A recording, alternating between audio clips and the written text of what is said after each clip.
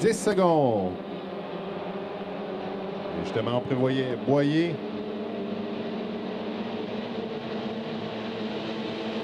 Et quel départ encore une fois pour la poule mouillée, Marie-Ève Vallière. Et qui sortira premier à la sortie du virage? Vallière, Boyer ont connu l'excellent départ. Carson Kennedy, fidèle à ses habitudes. Et là, on voit le Claude Abbott également qui se retrouve dans la mêlée. Légèrement en perte de vitesse. C'est fait avaler par Vallière et Boyer. Kennedy file loin devant. Et on a une lutte à l'arrière. On est même Abbott qui est revenu se mêler. On est trois là, côte à côte. Boyer, Abbott et Vallière. Le départ est bon. C'est confirmé, donc un départ, encore une fois, le 3-3 pour Marie-Ève Vallière qui a des départs impressionnants ici à Saint-Félicien. On est dans le virage numéro 2. Kennedy qui fonce devant et à l'arrière. On retrouve désormais... C'est Guillaume Charette dans le paysage Meloche. Devant Boyer. Shannon qui lui s'est inséré dans le corridor intérieur. On est Marie-Ève Vallière, Abbott, Philippe Biette et Stéphane Joannette à l'arrière. Donc, Kennedy qui elle, ne se laissera pas imposer. Lia aussi qui a la meilleure vitesse. Crochet pour Shannon, il est à l'envers. Shannon qui a été impliqué dans une embardée. C'en est fait pour sa course.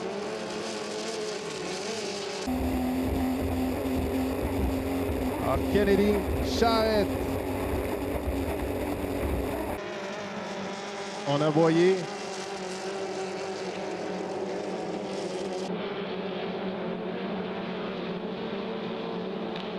On agite les drapeaux jaunes pour signaler qu'il y a une embarcation immobilisée dans le virage numéro 2. Charette, Boyer suivent dans l'ordre. Shannon qui a ouvert la porte du cockpit.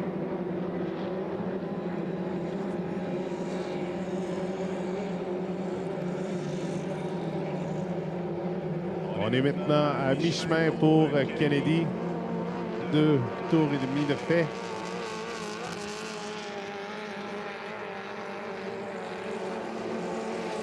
Boyer et Charette sont toujours en lutte pour le deuxième rang.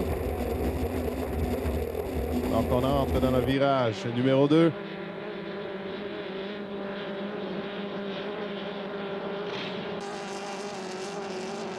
Et Kennedy, qui possède une bonne priorité, tentera d'avoir une vitesse plus rapide que Houssik. Le challenge est là.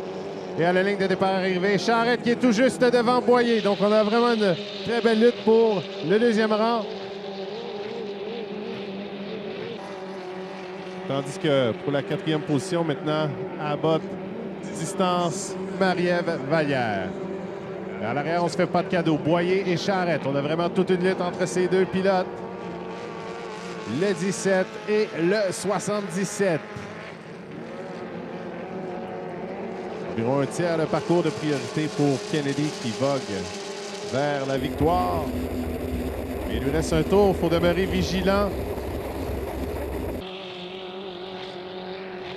Et à l'arrière, on sent que Charette a frappé durement dans le virage. Là, ça ouvre la porte légèrement. À Boyer dans le Big Boy Machine. Corridor intérieur. On agite le drapeau blanc plutôt qu'un tour à faire. Mais Charette en ligne droite semble plus puissant. Il a augmenté la cadence sur le Big Boy Machine.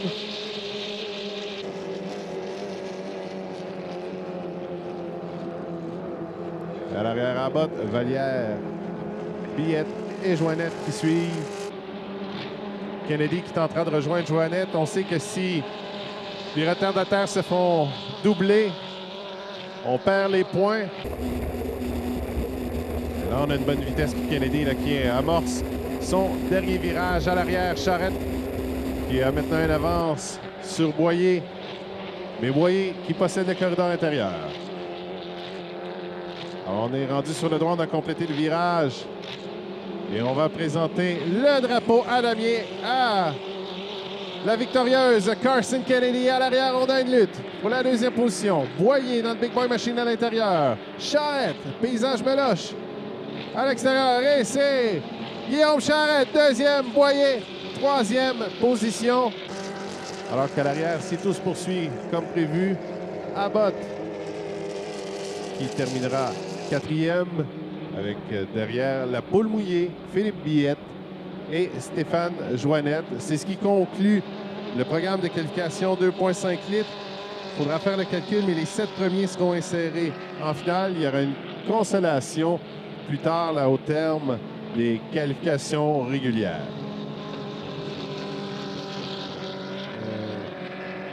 Non, et Guillaume Charrette, lui, il faudra faire les calculs, mais évidemment, l'accumulation de 21 points, ça lui permettrait d'avoir 42 sur une possibilité de 75.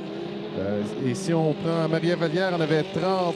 Donc, ce sera très serré pour Guillaume Charrette s'il veut éviter la fatidique épreuve consolation. Alors, pour le VIP, on m'informe que le...